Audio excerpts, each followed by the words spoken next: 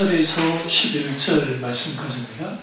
하나님 말씀은 베드로 후서 1장 3절에서 11절 말씀까지입니다. 말씀이 길기 때문에 3절과 4절만 보겠습니다. 그의 신기한 능력으로 생명과 경건에 속한 모든 것을 우리에게 주셨으니 이는 자기의 영광과 도구로서 우리를 부르신 이를 알므로 말미암음이라. 이로써 그 보배롭고 지극히 큰 약속을 우리에게 주사 이 약속으로 말미암아 너희가 종력 때문에 세상에서 썩어질 것을 피하여 신령한 성품에 참여하는 자가 되게 하려 하셨느니라. 아멘.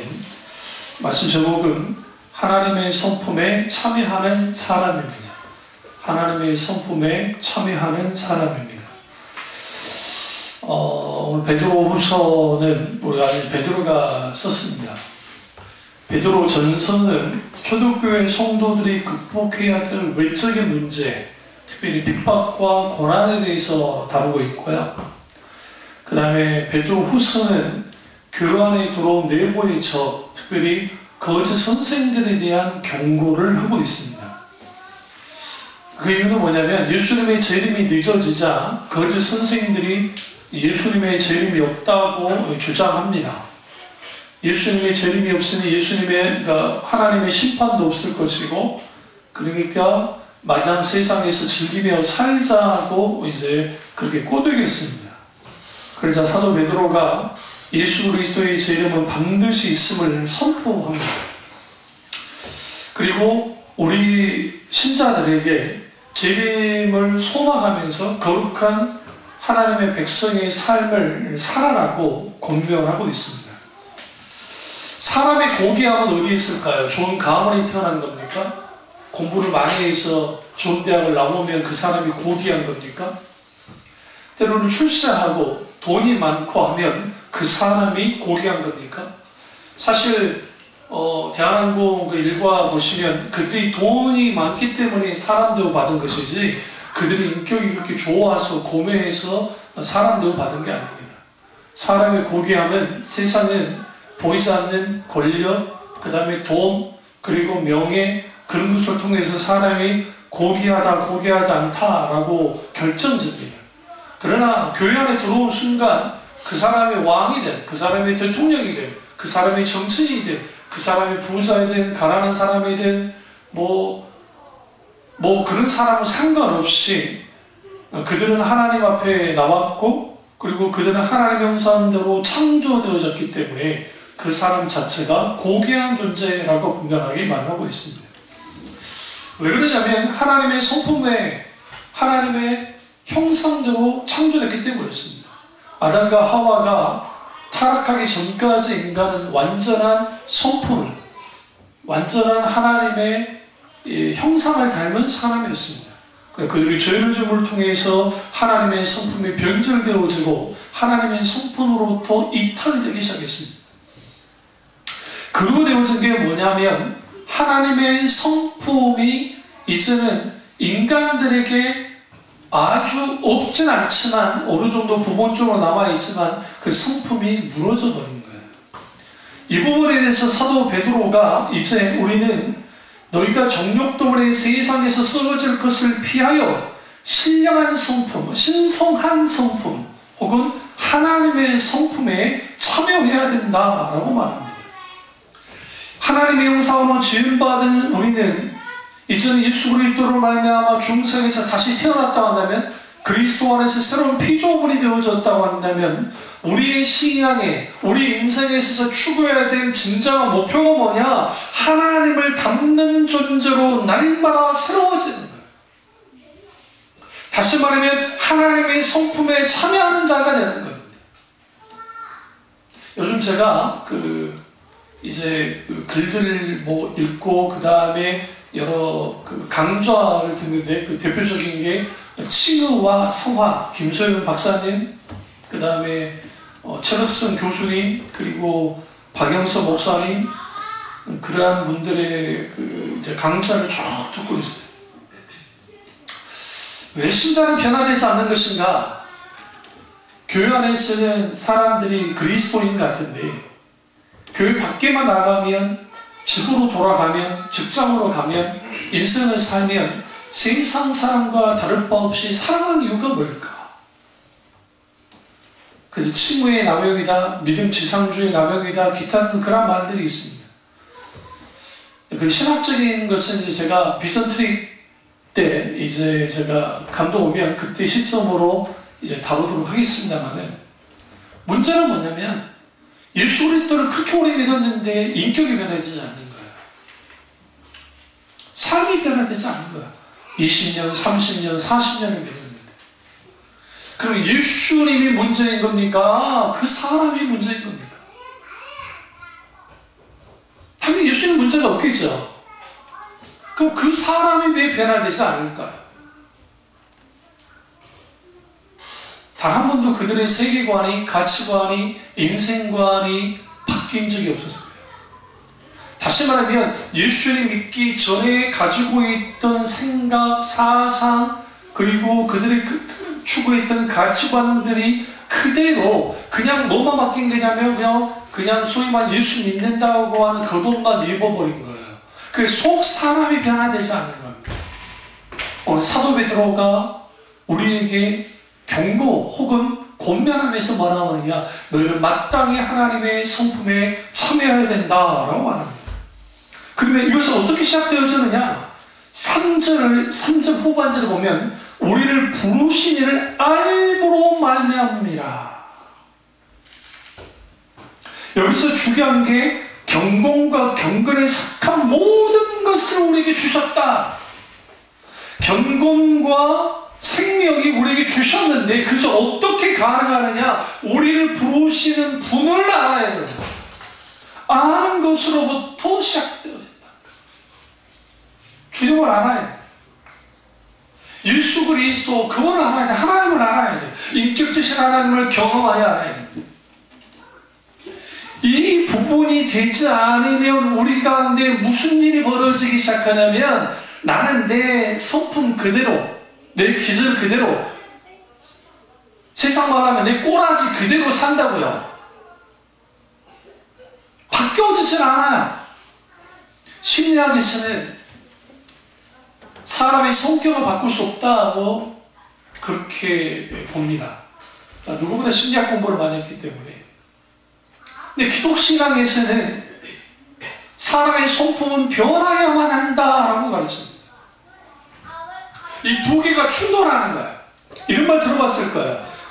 우리 모든 인간은 부정적인 성격과 긍정적인 성격이 있는데, 부정과 긍정 사이에서 부정적인 것을 고칠 수 없으니까 긍정적인 성격을 더 확대 재생산시켜서 이제 부정적인 것들이 덜 드러나도록 하는 게 이게 옳은 것이다. 그렇게 해야 된다. 일만은 맞긴 해요. 근데 문제가 있어요. 우리 속에 있는 부정적인 성품들이 언제 드러나요?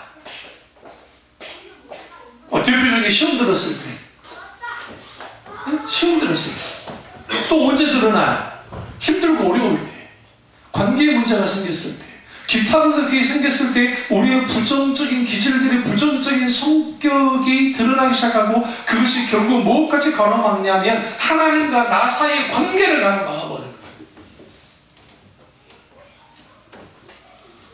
도무지 성품이 바뀌지 않는 겁니다. 첫 번째로, 그러면 하나님의 성품에 참여하기 위해서는 첫 번째는 생명의 주인이신 인격체이신 하나님을 알아야 돼. 예수님은 누구십니까? 2000년 전에 예루살렘 팔레스틴 땅에 오셨던, 베들레헴 오셨던 그분이시죠. 우리는 그분의 탄생, 네피리티 스토리, 탄생 스토리만 알면 안 돼요. 그분이 도대체 누구신가? 예수 그리스도가 내게 있어 어떤 분, 누구입니까? 예수 그리스도를 알지 못하고서는 우리는 하나님의 형상의 회복, 성품의 회복이 있을 수 없어요. 그러면 예수 그리스도가 누구신가? 라고 하는 이 문제를 왜 봐야 되냐면, 예수 그리스도의 그분의 성품과 그분의 사역과 그분의 말씀과 그분의 모든 삶 전체를 들여다봐요. 왜요? 그를 들여다봄을 통해서 우리는 그분을 본받아야만 하기 때문에.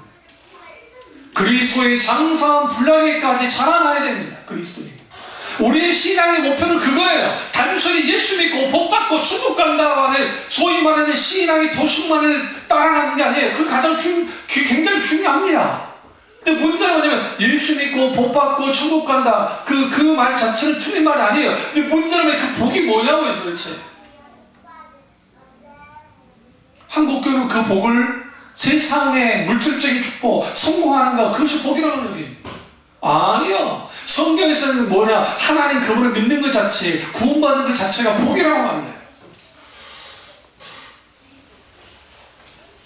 천국 간다는 게 도대체 뭘 의미하는 거예요? 무슨 의미입니까? 여러분 천국 가고 싶으시죠? 왜 아무 인들 없어요? 교회 못 알아왔습니까? 응? 천국 가고 싶죠? 응, 천국 가야죠. 우리 가야만 해요. 근데 천국 뭐 하러 가려합니까? 그 병도 없으니까, 거기 고통도 없으니까, 눈물도 없으니까, 말 그대로 파라다이스니까 가고 싶습니까? 그렇겠죠. 그 죽음도 없어요. 사망도 없어요. 고통도 없어요. 즐거움만 있어요. 이걸 원하면 하나님의 희락의 기쁨이 영원토록 유지되어지고 함께하는 영원한 현재의 시간 속에서 하나님과 함께 정말 기쁨의 시간을 갖는 그러한 놀라운 곳이 천국이에요. 그러나 우리가 생각하는 천국이 하나님이 계시지 않는다고 한다면 아무 의미 없어요. 왜냐? 기독교 말고도 타종교에서도 내세를 말합니다. 불교에서도 극락을 말하고요. 또 이슬람에서도 그들 말하는 파라다이스를 말하고요.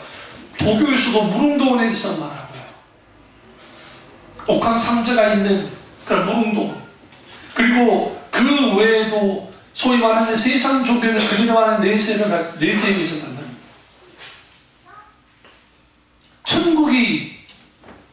천국다워지는 것은 뭐냐? 왜 우리가 천국 가야 하느냐? 천국을 가야 지옥 가지 않으니까. 맞아요. 그러나 더 중요한 것은 천국에 하나님이 계시기 때문이에요. 삼위일체 하나님의 영원한 임재, 그분이 보좌에 앉아 계시고 그 보좌에 계신 하나님을 우리는 천국에서 영원토록 깊이 만남을 통해 교제를 나누며 알아가는 것, 영원토록 알아가는 관계, 그리고 그 하나님을 알아가는 속에서 하나님을 뜨겁게 사랑하고 뜨겁게 열망하고 하나님께 영원토록 예배하며 영광을 드리고 그분의 기쁨을 누리며 살아가는 곳, 그것이 천국이에요. 소위 말하는 천국을 어떻게 그려놨냐면 한국교회가 거기에 가면 뭐 어마어마하게 그 금은보화가 많고 옷보석이 있고 대단한 보석 가운데서 내가 호화호식하면서 살아가는 곳이라고 가르쳤다고요. 사도 바울이 뭐라 합니까? 하나님 나라는 먹고 마시는 것이 아니라 의와 희락과 평강이니라. 먹고 마신다는 것은 뭘 의미합니까? 영어처럼 먹고 마시는 거, 그거 이슬람이 말하는 거잖아요. 지금 이스라엘과 팔레스틴 사람들이 지금 격하게 충돌하는데 10대 여자애들, 남자애들이 순교하겠다고 막 물맷돌 던지고 난리 나요. 그래서 애들이 많이 죽고 있어요, 지금. 총 맞았어요. 근데 어떤 소녀 하나가 뭐라고 인터뷰를 했냐면, 서강 기자하고, 나는 지금 거기 봉쇄되어 있기 때문에 사는 게 말이 안 되거든요. 나는 아예 천국 가고 싶다. 천국 가고 싶으니까 나는 순교자로 나가겠다. 그럼 왜 이슬람이 어떻게 가르쳐 나느냐? 이거예요. 말 그대로 순교해서 죽잖아요. 그러면 미인들이 70명이 넘는 미인들이 나를 둘러싸고, 응? 오빠 하면서 둘러싸고, 그리고 뭐예요? 엄청난 만찬이 매일매일 해서 찬란하게 살아갈 수 있는 것이 천국이라는 거예요. 그까지 천국이면 안 가겠어. 그 정도 천국이라면. 나 같으면. 그러니까 말하면 말 그대로 거기에서 뭐 순교하면 자기들이 편안한 삶, 자기들이 누릴 수 있는 모든 것도 누릴 수 있고 행복을 누릴 수 있는 그런 것이라는 거죠. 오늘날 기독교인들 중에 잘못된 공덕주의에 빠져서, 그 공덕주의에 빠진 이유는 구원에 오시는 문제가 있습니다. 이 부분을 제가 다 다룰 겁니다. 구원의 세 가지 시제부터 시작해서 이 부분을 여러 번 한 번 더 해드릴 텐데, 그러다 보니까 예수 믿으면 구원받는다. 한 번 구원받았으니까 나는 이제 완전히 구원받은 거야 라고 하면서 더 이상 성화적인 삶을 살지 않아요. 하나님의 성품에 참여하는 삶을 살지 않아요. 어쩌나 대단들한지 내가 구원받았으니까 영원토록 구원받을 거라는 확신을 가지고 살아가요. 근데 그렇게 됩니까? 그게 안 되니까 어쩔 때는 지옥 갈 것 같고 어쩔 때는 천국 갈 것 같다는 거예요. 내가 신앙생활 잘하면 천국 갈 것 같고 신앙생활 못하면 지옥 갈 것 같은 거예요. 그러다 보니까 거기 나온 게 공동주의가 나오는 거예요. 내가 그래서 심히 닿도록 헌금하고 기도하고 예배드리고 막 하는 거 열심히 하는 거 일부러도 열심히 하는 거 그냥 내가 구원받을 것 같거든요. 그게 긍정적인 요소도 있지만 이게 율법주의로 가게 만들었고 또 하나는 신비주의로 가게. 신비주의는 뭐냐면 소위 말하는 신령한 현상들이 일어남을 통해서 자기가 지금 내 신앙이 살아있다고 느껴지는 거야. 확인하고 싶어 하는 거야. 그러니까 한국교회에 양극단으로 율법주의적으로 올라가는 수많은 교인들이 있고 또 양극단으로 은사주의나 신비주의에 있는 사람들이 생각보다 많단 말이에요. 왜 그렇게 되느냐? 침례에 대한 바른 이해가 없고 중생과 회심이 무엇인지로 조차 알지 못하는 그런 일들이 있는 거예요. 그러다 보니까 예수님을 믿기를 30년 믿었고 40년 믿었는데 이 말이 신천지가 와서 꼬시니까 넘어가고 박옥수가 구원파 박옥수가 꼬시니까 넘어가고 유병원이 그쪽 구원파들이 이요한이 구원파들이 와서 속삭이니까 그냥 넘어가 버리는 거예요. 뭐가 진리인지도 모르고. 저는 박옥수 제대한 거 난 다음에 광주에 있을 때 그 사람들이 집회한다길래 하도 궁금해서 일부러 갔어요. 구원파인지 알고. 그래서 광주 체육관에 같이 가서 내가 소위 말하는 그들의 거듭남의 비밀 박옥수 씨가 나와서 막 강좌를 했는데 제가 한번 쭉 들어봤어요. 그리고 체크했어요. 그러니까 이제 신학을 한 사람이기 때문에 틀려요. 뭐가 문제인지. 그리고 자기들이 쫙을 줘주더라고. 일부러 나한테 이제 끌려고 딱 사람 붙여줘요. 논쟁을 하게 해서 그랬어요. 나 먼저 물어본 게 당신은 구원받은 시간을 아시냐고 내가 안다고 그랬어요. 오 어떻게 개신교에 그런 사람이 있냐고. 당신 여기 와야 된다고. 거기 있을 사람이 아니죠. 몇 월 며칠 날 어떻게 성령의 역사를 경험했고 하니까 기존교회에 있는 인간이 있다고 하면서 막 높여주더라고요. 그러면서 당신이 뭘 모은 게 있다면서 막 깨달음의 비밀에 대해 말하고 제가 받아쳤죠. 도대체 그 깨달음의 비밀이 뭐냐는 거예요. 예수 그리스도의 십자가의 죽음과 예수 그리스도의 부활, 마음을 믿어 의이고 이분의 신앙의 구원을 얻는다 그러는데 성령의 놀라우신 조명의 역사 속에서 인격주신 하나님을 내가 알고 살아가고 신앙 고백할 때 그래서 구원이 있는 것이지 또 다른 깨달음이 필요하냐? 필요하다는 거야. 하면서 뭐 자기들 놀려가지고 성경 안에도 똑같이 성경 가지고 말했어. 그분 나타나는 소리가 뭐라고 하냐면 여기는 장로님도 많고 기존 목사님도 많이 오는데 지금 전도사인 당신은 너무 경직되어주고 너무 독선적이라는 거예요. 내가 그렇죠. 뭐가 독선이냐? 당신들이 하는 게 진리가 아닌데 여기 왜 왔냐? 너 한번 알아보고 싶고 왔다. 오늘날 예수님은 그렇게 오래 믿었는데 왜 성품이 변화야 되지 않을까요? 하나님의 성품에 참여하는 마음이 전혀 없어요. 예수 믿었어요? 구원받았어요? 이제는 티켓 끊었어요? 이제 난 천국 간다는 거예요. 그런 대단한 믿음이 어디로부터 왔냐고 도대체. 구원은 성경에 세 가지 시제를 말합니다. 이미 구원을 얻었었고 얻었고 얻을 것이다. 구원은 성경에서 구원에 대해서 세 가지 시제를 말해요. 구원은 결국은 마지막 하나님의 종결 시점에 완성에까지 닿아가야 구원이 일어나는 거예요. 그렇다고 불안하게 신앙생활 할 필요는 없어요.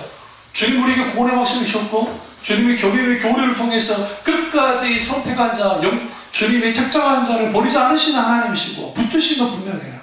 그럼에도 불구하고 우리에게 요구하시는 것은 뭐냐면 마땅히 하나님의 구원받은 하나님의 백성이 하나님의 성품에 참여하는 자가 되어야 된다는 거예요. 그걸 분명히 가르치고 있어요.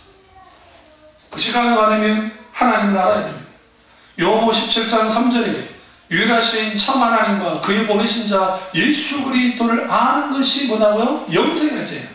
영생은 유일하신 참 하나님과 그의 보내신 자 예수 그리스도를 아는 것입니다.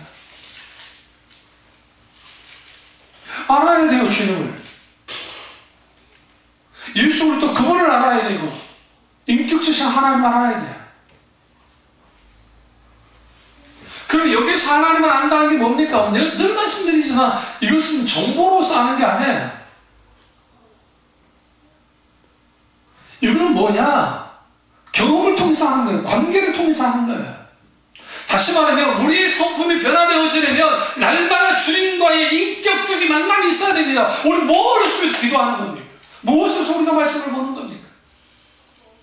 소위 큐티를 한다고 하는 분들이 큰 실수라는 게 뭐냐면 자기식으로 해석하고 성경이랑 받아들이지 않고 자기식으로 받아들이고 자기식으로 이걸 소화시켜서 자기식으로 믿는 거, 이거 아주 위험해요. 큐티랑 콰이어 타임이라고 하는 큐티라는 것은 아주 귀하긴 한데 아주 좋은 것이긴 한데 이게 오용되고 남용되고 있으면 신앙이 아주 이상하게 올라가요. 시중에 나와 있는 큐티집들을 제가 한번 쭉 한번 읽어본 적이 있어요. 심지어는 그 목사, 어떤 여자 목사님 썼던 글을 보니까 아주 은혜스럽고 그럴싸한데 본문은 그렇게 말하지 않고 있는 게 많다고요. 성경 구절이 그렇게 말하지 않고 있는데 그것을 문장 하나, 그냥 단어 하나를 가지고 나와가지고 은혜로운 글들을 해서 그게 뭐 베스트셀러가 되고 대단한 책인 것처럼 팔리는 것에 대해서 제가 아주 심란한 적이 있어요.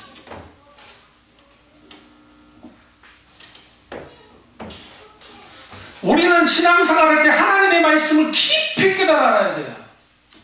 적어도 여러분은 성경을 깊이 아는 사람이 된다고요. 근데 성경을 읽지도 않고 성경을 연구하지도 않고 더더군다나 성경 공부를 해도 공부로 끝나버리니까 그게 인격시장 하나님의 그 의중과 뜻을 알 길이 없고, 그러니까 주님을 알지 못하니까 신앙생활을 어떻게 하느냐, 내 기준과 내 생각과 내 마음을 가지고 우리 신앙생활을 하는 거예요. 그러면서 저 목사님 설교, 이 목사님 설교, 어떤 목사님 설교 그거 취합하고 누구 신앙의 분위기를 따라가면서 그걸 해가지고 내가 신앙생활 하는 거예요. 어느 큰교회 목사님이 이렇게 말했어요. 그 목사님은 이렇게 말해. 이게 뭐 정답이에요. 그 목사의 말이 정답입니까? 성경이 뭐라고 말하는 게 중요한 거지.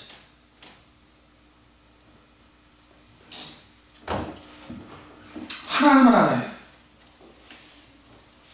인격적 예수 그리스도를 알려면 하나님의 말씀 가운데 있길지 하나님을 만나야 되고, 기도 가운데서 주님의 의중과 뜻을 깊이 알고 주님의 마음과 내 마음이 같이 적점을 찾아서 그분의 마음이 녹아지고 아버지의 마음이 부어지기 시작할 때 내 심령이 변화되기 시작하고 주님을 향한 뜨거운 열정이 생기는 거예요. 이 열정이 많이 사라져버리죠. 종교개혁자들이 예배 갱신으로 사실 종교개혁이 일어났지만 종교개혁 500년이 지나고 난 다음에 오늘날 가장 큰 문제는 뭐였냐면, 개신교회의 가장 큰 문제는 양들이, 성도들이 소위 말하는 설교를 듣기만 하는 거예요. 그럼 온전히 들어주면 괜찮은데 요즘에는 들어주지도 않아요. 나 설득해봐, 나를 좀 감동시켜봐, 내 마음을 좀 움직여봐 라고 생각합니다. 그러다 보니까 많은 목사님들의 설교가 어떻게 올라갈 수밖에 없냐면 그들이 잘 듣고 그들이 잘 이해하고 그들이 원하는 설교를 해주기 시작하는 거예요. 일종의 달고 짠 음식을, 여러분 저기 식당 다 가면 달고 짜야 맛있죠? 그럼 백종원 씨의 진리의 말이에요. 백종원 씨가 그랬어요. 달고 짠 거, 그게 간이 딱 맞으면 어떤 입맛도 다 커버할 수 있다는 거예요. 특별하게 까탈스러운 입맛 아니고서는 된다는 거죠. 똑같아요. 그런데 달고 짜게만 계속 먹으면 무슨 일을 벌어집니까? 중년이 넘어가면 병 걸려요. 병이 안 걸릴 수가 없어요. 요즘 젊은 애들이 편의점에서 막 사 먹잖아요. 그럴싸한 음식들이 많죠. 그게 인공 조미료 들어가고 그것도 문제지만 더 큰 문제는 달고 짠 강력한 자극이 있는 음식이에요. 이런 음식을 계속 먹고 자는, 지금 그래서 우리 지금 세대와 우리 세대, 또 우리 권사님 세대의 뇌 자국이 상태를 보면 우리 권사님 세대는 훨씬 나은 거예요. 못 먹은 시대지만 그래도 지금 생각하면 좋은 음식을 먹고 사신 거예요. 그러다 우리 때 조금씩 불량식품이 나오기 시작하고, 우리 때 저 같은 경우에는 햄을 먹어본 적은 없고 밀가루 섞인 소시지 먹고 자랐으니까, 그것도 자주 못 먹었으니까. 주로 그러면 제철 음식, 현지에서 나오는 수많은 물고기들은 그런 음식만 많이 먹었거든요. 그러니까 내면 그게 장기가 났죠. 요즘 청년들이 그냥 간단히 그게 때우니까 그렇게 되는 거죠. 똑같아요. 영적인 측면에서도 소위 말하는 잔담, 자극적이고 뭔가 그럴싸한 그런 설교 말씀만을 쭉 듣고 자라나면, 첫 번째 무슨 현상을 하느냐, 심히 영적으로 공허해져요. 헛헛해져요. 배부르지 않아요. 두 번째는 자라나지 않아요. 영적으로 자라나지 않아요. 이걸 뭐라고 하느냐, 성인아이라는 표현을 쓰는데, 심리학에서. 몸은 어른인데, 나이도 어른이 되는데, 60이 되고 70이 되는데, 아이. 이게 성인아이예요. 이 성인아이 같은 증후군이 신앙세계 안에서도 고스란히 일어나요. 세 번째는 뭐냐면, 온갖 눌림 가운데 있어요. 그러니까, 다양한 눌림 속에 있게 되어지기 때문에, 진료를 자유케 한다고 하는데 주름으로 인한 자유를 누리지 못합니다. 이런 일들이 벌어지니까 하나님의 형상을 고사하고, 잘 들으세요, 자기 신앙 하나 유지시키지도 못해요. 무슨 말이냐면 그냥 하루하루 근근히 겨우겨우 자기 신앙을 버텨나가는 수준의 신앙생활이에요. 이게 오늘의 현실이에요. 그러니까 소위 말하는 원수와 싸워서 세상과 충돌하고 세상과 싸우는 그런 하나님의 백성이 되지 못하고 자기 신앙 하나도 간수 못하는 존재가 되어버린단 말이에요. 말 그대로 비닐하우스 안에 있는 화초가 되어버린 거예요. 무슨 문제가 조금 생기면, 목사님 우리 집 문제 생겼어요, 어떻게 해야 돼요? 그게 오늘 한국 교인들이에요. 그렇다고 여러분 전화하지 말란 말은 아니에요. 내가 알아야 기도하지. 지나놓고 하지는 말고. 그런데 어떤 문제가 있으면 그럼 또 목사님들이 어떻게 하느냐, 아주 어마어마함이 있고, 우리 한국교회 목사님들은 정말 열심히 많고 사랑이 많은 분들이라 어떻게든 그걸 해결해 주려고 막 달려갑니다. 그러다 보니까 저희 형님 목사님도 그렇지만 400명이 좀 넘는 교회인데 너무 바빠요. 지쳐버려요. 신방아니라고.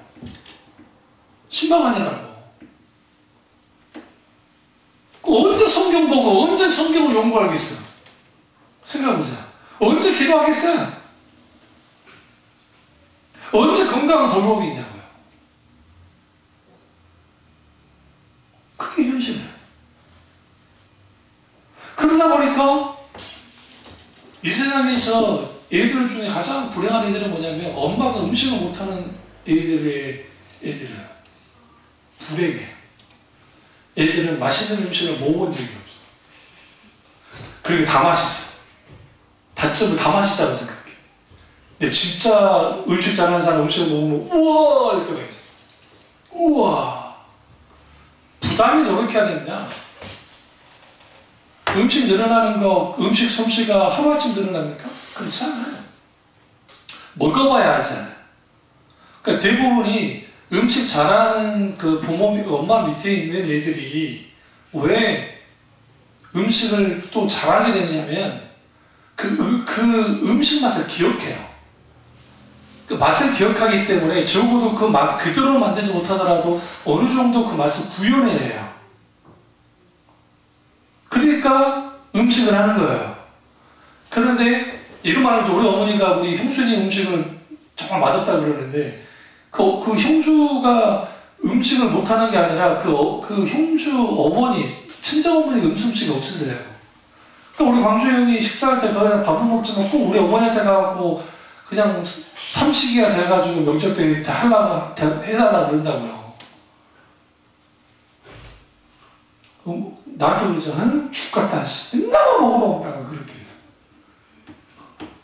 예, 그것도 이제 그게 좋은 거예요. 아들 와서 먹는 것도 좋지만 또 귀찮다는 말도 되는데. 왜 그런다 하잖아요. 아이고, 우리 어머니가 해주는 거 먹어야 내가 산다. 또 우리 형님 또 이게 립서비스가 강하거든요. 나 맛있네. 어이구, 맛있어. 마찬가지로 양들도 귀찮은 메시지, 영혼의 양식을 먹어야 돼요. 인스턴트 설교가 아니라 정말 진국 같은 그러한 말씀들이 강단에서 선포되는 교회 안에 있는 게 복이에요. 그게 복이라. 그게 안 돼요. 그래서 여러분 부단히 목사님께서 기도하세요. 목사가 게을러지고 목사가 깊이 하나님의 말씀을 묵상하지 않으면, 연구하지 않으면 더 이상 하나님의 말씀은 우리 가운데 강력한 영향을 끼치지 못해요. 마찬가지로 인격적인 하나님을 아는 길은 결국은 말씀을 가까이 하고 주님 알기를 구하고 주님과 친밀한 교제를 나누는 길밖에 없고, 성령께서 우리에게 깊이 알게 하실 때 우리는 이거예요. 금목자흑이라는 우리의 고사성가 있듯이 검은 것에 가까이 하면 검은 붓게 묻는다는 것처럼 하나님을 가까이 하면 가까이 할수록 그분의 성품을 어떻게 해요? 내가 지금 같이 나타나게 돼요. 영향을 받게 돼요. 여러분의 자녀들이 저렇게 하는 거 여러분의 책임이 90% 이상이 있어요. 저도 마찬가지죠. 우리 딸내미보다 깜짝 놀랄 때가 있어요. 내 기질이랑 비슷한 그런 걸 할 때. 우리 아들을 보면 내가 깜짝 놀랄 때 있어요. 그저서 모습 속에 내 모습이 나타나요. 그럼 왜 그러냐? 부모 자식 간에 가까이 지내기 때문에 자녀들은 부모의 그대로 거울이에요. 그러니까 그들의 지금에 나타나는 그런 일, 행동들, 그런 말, 이런 것 때문에 사실 부모의 어르면 어릴수록 부모의 영향이 커요. 이제 성인이 되면 그 영향감에 벗어나잖아. 그러면 그게 그대로 드러나는 거예요. 뭐밖에 없어요? 하나님 앞에 충분히 엎드리셔야 돼요. 기도하셔야 돼요. 그리고 혼이 연애만 할 때 어릴 때는 무조건 안수기도를 자주 해주셔야 돼요. 저 때는 그래도 거부 안 해. 예수 정도 되면 거부해요. 왜 이래? 귀찮다니까.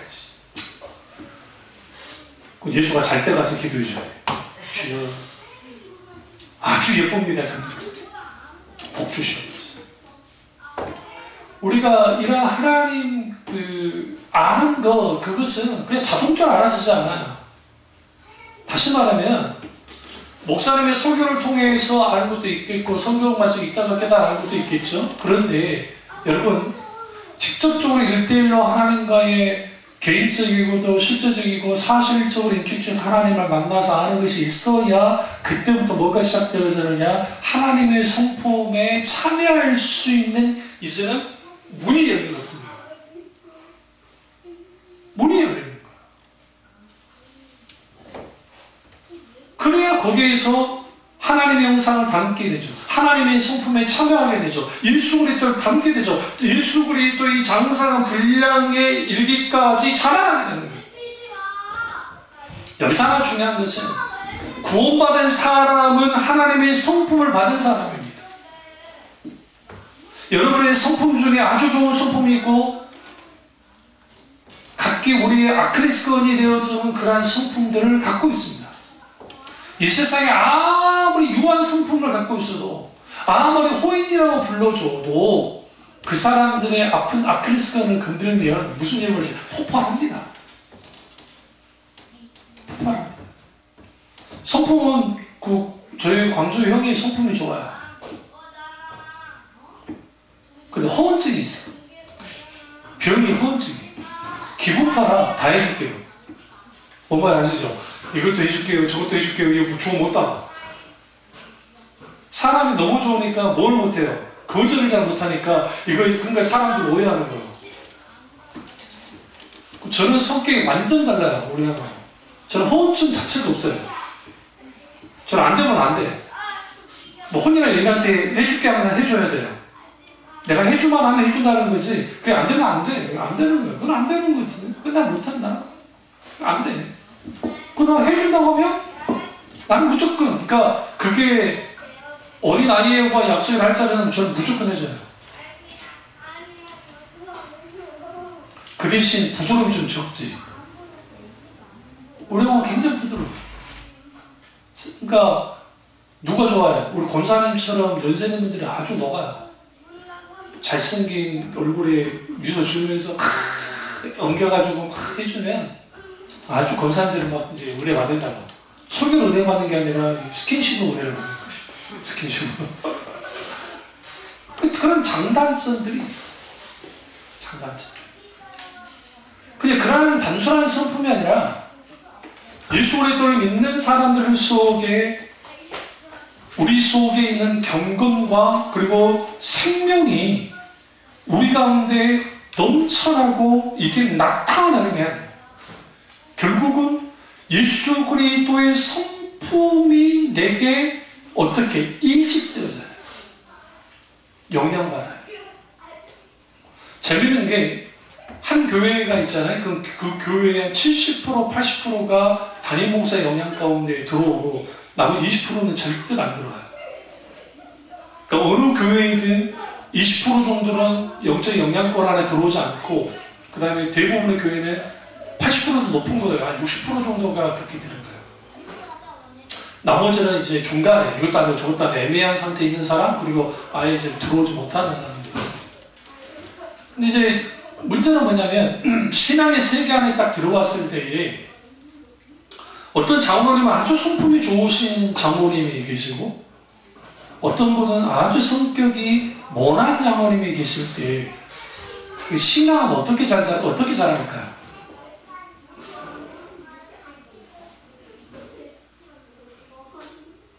하나님이 이 둘 다를 같이 자라나게 해요. 노력해요. 성품이 좋으신 분들은 성품이 좋은 대로 자라나는데 이 좋으신 성품을 갖고 있는 분들의 최대의 약점이 있어요. 이게 뭔지 아세요? 법 없이도 살 사람들이기 때문에 하나님 앞에 자기가 주인이라는 인식이 그렇게 강하지 않아요. 그리고 주위 사람들로부터 소위 말하는 칭찬도 많이 받고 인정을 많이 받기 때문에 자기가 진정 주님 앞에 섰을 때 겸손한 자세로 내가 정말 주님 앞에 가난한 마음을 갖기가 쉽지 않아요. 성격이 갈갈하고 문제 있는 그런 베드로 같은 다혈질적인 그런 장로님들은 인격 성품의 문제가 있기 때문에 왜곡된 성품으로 신앙이 자라요. 그런데 하나님을 가만 놔두지 않아요. 꿰뚫어요. 꺾어서라도 어떻게 하느냐? 그리스도의 성품으로 다 가도록 만드는 거예요. 그 대표적인 게 사도 요한입니다. 사도 요한과 사도 야고보의 성격은 저랑 거의 비슷해요. 그러니까 아주 호전적이다 호전적이에요. 마초적인 기질이 있어요. 어떤 기질이 있냐면 이게 아니라고 하면은 칼을 목에 대고 하는 거예요. 그리고 맞서야 된다면 맞서고. 그러니까 사도 요한이 예수님이 잡혀가서 아무리 대제사장과 아는 사이다 할지라도 예수님 잡혀갈 때 따라간다는 말이 돼요. 근데 공식 그냥 대놓고 따라갔어요. 숨지도 않았어요. 잡아갈 테면 잡아가라는 식으로 하면 간다는 거예요. 그 사람은 아주 그러니까 한번 마음 먹으면 그런 기질이에요. 그러니까 그런 기질의 사람들은 소위 말하는 이게 하나님 앞에 다 꺾어지지 않으면 사랑의 성품으로 깎여지지 않으면 이게 아주 강하단 말이에요. 그러니까 하나님은 그걸 통해서 사도 요한이 사랑의 사도가 되도록 하나님이 아주 연단시키면서 바꿔나가는 거예요. 그러니까 다시 말하면 우리 속에 있는 원한 부분 모서리들을 치는 거예요. 총을 쳐서. 그러면서 성품이 만들어지는 거예요. 예수 그리스도를 담는 성품. 하나님을 담는 성품. 그 성품이 만들어지고 만들어져요. 그게 가능하려면 우리는 부단히 어떻게 해야 돼요? 하나님의 성품에 참여하도록 경건의 연습을 해야 돼요. 이걸 디시플레인이라는 거예요. 연습이라는 표현, 영어로 디시플레인. 디시플레인이라는 말은 무슨 말이냐면 트레이닝은 이거죠. 막 운동선수들이 막 트레이닝 하잖아요. 이게 트레이닝은 막 자기 막 힘을 다해서 막 그렇게 일부러도 막 하는 것이고, 디시플레인은 뭐냐면 예수 그리스도께 바짝 가까이 다가가서 그분과 같이 뭐 하는 거예요? 비비고 살고 같이 뭐 하는 거예요? 동고동락하는 거예요. 그 속에서 뭐가 하느냐? 디시플레인, 거기에서 훈련되죠. 그래서 우리는 생각해요. 주님이, 예수님이라면 어떻게 하셨을까라는 생각을 늘 하면서 하셔야 돼요. 누군가가 되게 뇌물을 건네요. 애가 고위 공무원인데. 네? 근데 이게 애매한 사이인 거예요. 안 받으면 관계가 깨질 것 같고, 받자니 걸릴 것 같아요. 이때 어떻게 해야 돼요? 그럼 주님은 어떻게 해야 할까? 주님이라면 어떻게 할까? 쭉 물어야죠. 그러면 그 관계가 깨지더라도 당연히 뭐 해야 돼요? 그 뇌물을 받아들이지 않아야 되는데, 한국 사회는 그렇게 단순하지 않아요. 이 뇌물을 주는 사람이 여러 인간관계를 가지고 있어요. 근데 이 사람들을 거부하는 순간 이 인간관계가 깨질 수 있는 그 위험을 감수해요. 그러면 어떤 대가라도 치르면서 감수해야 된다는 생각을 가질 때, 그때 나의 의지와 생각만으로 가능합니까? 그렇지 않아요. 그냥 주님께 쭉 묻는 거예요. 그리고 결단하고, 그리고 주님의 길을 따라가면서 주님의 성품이 우리의 일상 삶 속에서 구현되어져야 돼요.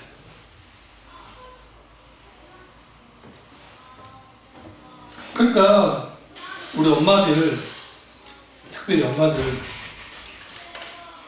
우리 집에 있다 보면 8시 반만 되면 일단의 초딩 무리들이 전사처럼 악을 지으면서 지나갑니다. 네? 근데 어쩔 때는 그 어떤 엄마가 아이한테 하는 걸 보면, 저 엄마가 아주 뭔가 문제가 있구나. 그러니까 감정적이든 아니면 힘들든 남편의 속을 썩였든 아니면 기타든 그런 게 있어가지고 얘한테 뽀뽀하라는 거예요. 얘가 불쌍한 거예요. 그 부분 조심해요. 저도 그런 때가 있었는데 그 부분 조심해요.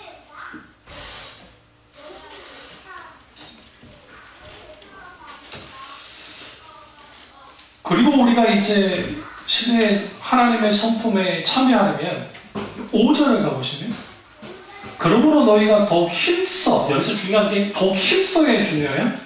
너희 믿음의 덕의 지식을, 지식의 절제를, 절제의 인내를, 인내의 경건을, 경건의 형제 우애를, 형제 우애에 뭘 달아?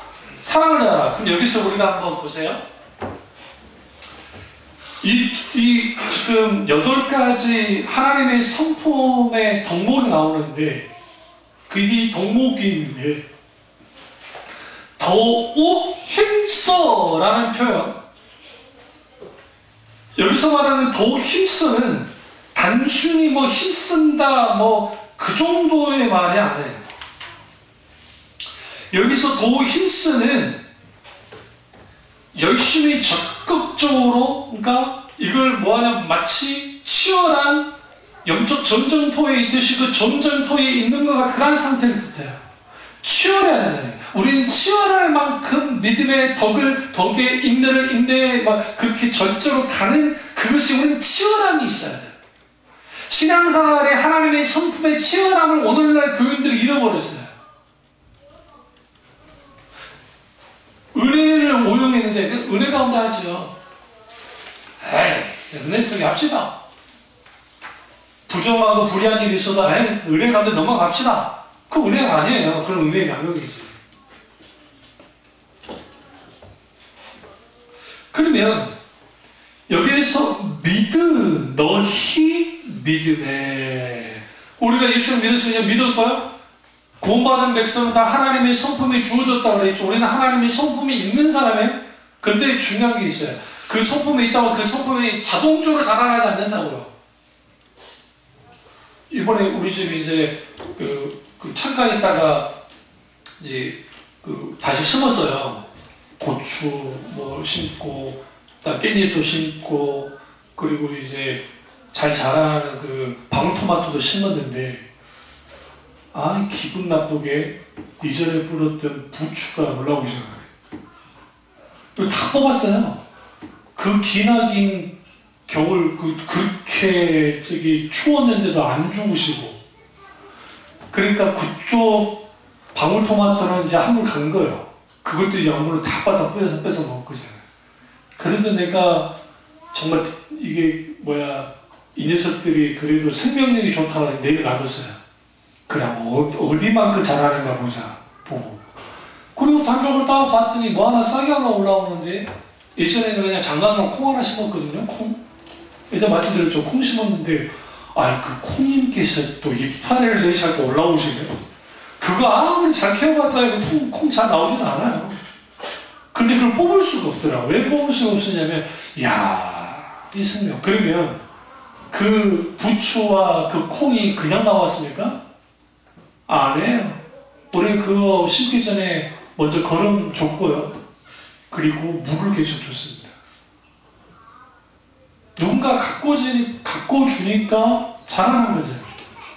여러분의 내면의 성품을 하나님의 성품에 참여하기 위해서는 가꿔야 돼요. 그러려면 하나님의 성령의 은혜와 같은 단비들, 우리는 그러한 놀라운 그러한 것들을 계속적으로 우리도 공급받아야 해요. 그래야 우리는 뭐 하게 되느냐? 성품이 하나님의 성품에 참여하게 되는데, 그 성품이 한순간에 이루어지지 않습니다. 한 단계 한 단계씩 쌓여져 가는 거예요. 오랜 시간과 많은 대가를 지불해야 얻을 수 있는 게 성품의 변화입니다. 여러분 그거 아시나요? 나이 드셨는데, 우리 권사님 연배 되실 때에 사람들을 표현할 때 노인과 어르신의 차이가 뭔지 압니까?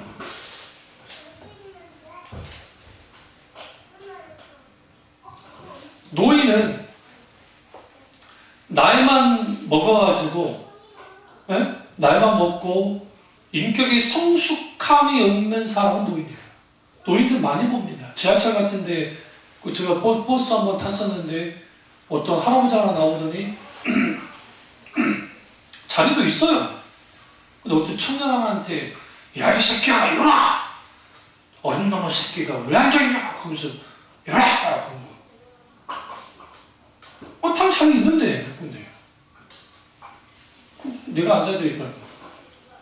근데 그 청년이 얼굴이 파래지지만 그래도 참더라고.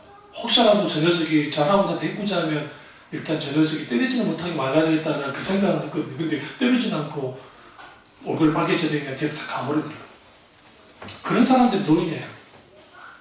지하철 타면 아주 인격적이지 못하고 얘보다도 못하는 노인이 생각보다 많습니다. 어르신은 뭐냐? 달라. 어떤 할아버지 한 분이 딱 올라오셨는데, 어떤 청년 하나가 할아버지 잘 앉으세요. 그러니까 그 할아버지 멋지더라고. 나보다도 우리 청년 사는데 힘들 텐데 앉아도 괜찮다. 나는 운동경, 다리도 힘이 없으니 운동경 서 있으니까 말해요, 고마워요. 그리고 반말하지 않고. 그런 분들이 어르신이에요. 근데 교회 안에 노인네들이 많으니까 어르신이 아니라. 그러니까 교회마다 분란이 날 때 별일도 아닌데 그런 일들로 젊은 집사들이, 아니면 그 사람들이 상처를 받고 때로는 교회를 떠나고 아파하는 일들이 벌어지는 거예요. 노인들은 자기만만 합니다. 이상하게 연세가 들어가시면 남의 말 안 듣고 자기 말만 많이 하세요. 조심하셔야 돼요. 이게 이호령 교수님이 했던 말인데, 팔순이남 이호령 교수님이 했던 말 중에 참 옳은 게, 나이가 들수록 들어줘야 된다. 때로는 나이는 어른이 인생을 오래 살았기 때문에 누군가가 고민이 있어서 고민을 털어놓을 때 이렇게나 저렇게나 말하지 않고 들어주기만 해도, 그리고 공감만 해줘도 그 사람들이 힘을 얻고 가는 거예요. 오늘날 이걸 이제 이런 말하면 좀 죄송한 말씀입니다만은 꼰대라는 표현 썼잖아요.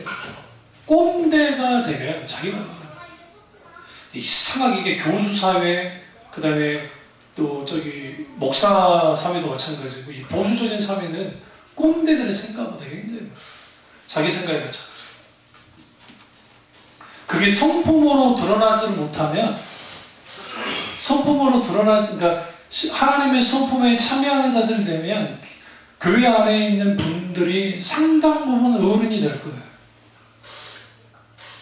존경받을 만해요. 귀해요. 어릴 때 우리 그 헌현이나 애들이 어리다고 해서 엄마 내 맘 맞춰야 돼 그러면 안 돼요. 저도 그런 걸 많이 안 하려고 노력했는데, 그게 애들의 물건이면 저는 꼭 물었어요. 이삭이한테도. 이삭이 버려도 되냐 안 되냐. 내가 버릴 수도 있어요. 끝까지. 왜 묻느냐. 이건 내 거 아니고, 야, 나한테는 필요 없게 보도 얘한테 필요할 수 있으니까. 그게 별거 아닌 것 같아도 존중하는 거예요. 오늘날 우리 하나님과의 관계 속에서도 마찬가지입니다.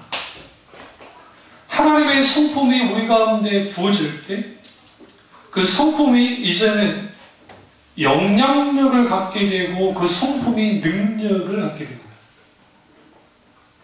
처음에는 성품이 미미해 보이지만 시간이 갈수록 더 큰 힘을 갖습니다. 왜 그러냐면 신앙의 성숙은 성품과 밀접한 관계를 갖고 있습니다. 기도 많이 한다고 신앙이 성숙되는 게 아니고, 전도 많이 한다고 신앙이 성숙되는, 그렇다고 그거 안 하면 또 성숙되는, 그건 안 해요. 하는 건 좋은 거예요. 열심히 하나님 말씀을 읽고 하면 좋아요. 한국교회는 뭘 가르쳐냐면 열심히 하면 신앙은 성숙될 거다. 아니에요. 성품의 변화, 다시 말하면 하나님의 성품의 영향을 받고 자라나지 못하면 우리는 절대로 영적으로 성숙하지 나가지 못해요.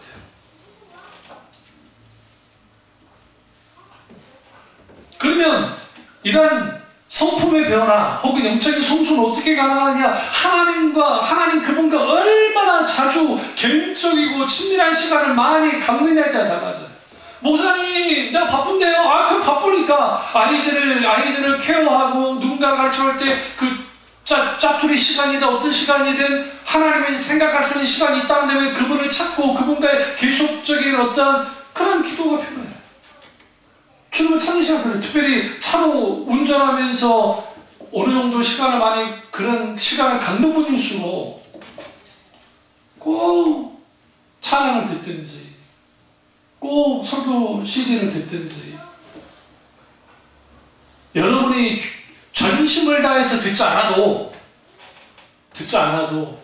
틀은 버릇을 가져야 돼. 목사님들이랑 언젠가 한번 어떤 그 식당을 갔는데 그 식당에 가보니까 그 담임 목사님 설교를 식당에서 틀어서 처음 왔어요. 웃기게 말. 근데 그분이 누군가는 건 중요하지 않아요. 그리고 이제 좀 들어오고 하니까 이제 손을 줄이면서 이제 듣고 있더라고요. 근데 목사님들은 궁금증을 잘 못 참아. 그래서 어느 교회에 다니세요? 어느 목사님이세요? 내가 그 식당 일을 하니까 바빠서 어떻게 뭐 공예배 못 가지 않나. 주일 빼놓고는 뭐 수요예배를 가겠어요. 그렇다고 금요철을 가겠어요. 그러니까 못 가기 때문에 이 시간이라도 계속 말씀 듣고 싶었다. 또 그렇게 해야 채워지니까. 그럼 그런 분들의 신앙생활이라는 것은 보람 많아요. 아주 귀한 거예요. 그러니까 우리의 성품은 하나님을 알 때 우리의 성품이 변화된다 했잖아요. 하나님을 알고 하나님 음성을 듣고 그분의 하나님의 성품을 보고 그때 비로소 하나님을 만나기 시작할 수 있고, 그리고 그 하나님을 만나기 시작할 때, 그것도 자주 만나기 시작할 때 우리 속에 하나님의 성품에 영향을 끼치기 시작하고 그 성품이 내게 부어지기 시작해요. 아무리 우리 교회 다녀도, 아무리 성경적인 지식을 많이 갖고 있어도, 아무리 기도 많이 해도 안 바뀌어요. 이게 치명적이에요. 치명적이에요. 내가 아빠니까, 내가 엄마니까 아이들에게 사과하지 못하는 분들이 있습니까? 이분들은 자존감이 낮은 사람들이에요. 진짜 자존감이 높은 사람들은 자문 인정합니다. 그게 자녀냐 누가 되든.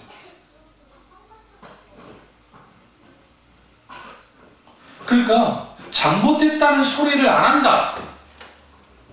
여러분의 자녀가 심각한 거예요. 정말 하나님 앞에 무릎 꿇고 정말 기도하세요. 이런 성품들은 안 하오니 자기만 하게 돼요. 기본적으로 자기만 하게 되고 자기 중심적으로 합니다. 이런 사람이 지도자가 되는 순간, 우리도 그런 지도자가 지금 감옥에 계시는데 그런 사람이 되는 순간 말안 먹는 거예요. 성품은 내가 이렇게 잘하면 성품이 좋아지는 게 아니라 실수함을 통해서도, 고통당하는 삶을 통해서, 때로는 내가 죄를 지었을 때 하나님 앞에 돌이킬 때 그 성품도 변화되잖아요. 그러니까 좋은 의미는 경건의 연습과 훈련을 통해서 성품이 좋아지지만 때로는 나의 모난 부분이 있죠. 수많은 모난 부분이 주님 앞에 깎여지고 깨뜨려지고 하면서 거기서 하나님 앞에 회개하고 돌이키고 하면서 거기서 성품이 변화되기 시작합니다. 밖에서 크게 대표인 게 손양호 목사님이에요. 이 말씀을 끝내겠습니다. 손양호 목사님은 사모님을 주구장창 때릴 뿐입니다. 사랑의 원자탄 손양호 목사님. 증거까지 나왔어요. 어떤 권사님 중에. 사택에서 비명사가 나면 무조건 사모님이 맡고 있는 거예요. 몇 번이고 장로님들이 가서 말리고 또 권사님 말리고 했어도 안 되는 거예요. 왜 그랬더니 사모님이 좀 둔하게 나셨는데, 근데 그게 말도 안 되잖아요. 물론 그게 일처시대니까 뭐 그때는 만화마다 패는 게 일상이 아니에요. 일상. 제 세대까지 밥상 공중부양을 내가 경험했던 스타일입니다. 마음으로 손들어요. 밥상 공중부양. 밥상거리에서 아버지가 마음으로 던져버려. 제가 한두 번 경험한 게 아니에요. 그러니까 손양호 목사님 그러니까 그러죠. 그러다가 아들이 죽었잖아요. 공산당 놈들에게, 좌파들에게, 빨갱이들에게. 그것도 두 아들이 죽었어요. 두 아들이 다 공부도 잘했고 미국으로 유학 가는 아들이에요. 그때 깨진 거예요. 원수까지 사랑하는 주의 말씀 가운데서 원수도 사랑하는 판인데 사모님 때리겠어요? 완전히 밝혀졌어요.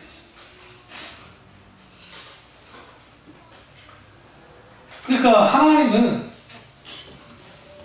우리의 모난 성품을 어떤 사건이나 사고나 어떤 일들이나 어떤 상황 속에서 바꿔나가잖아요.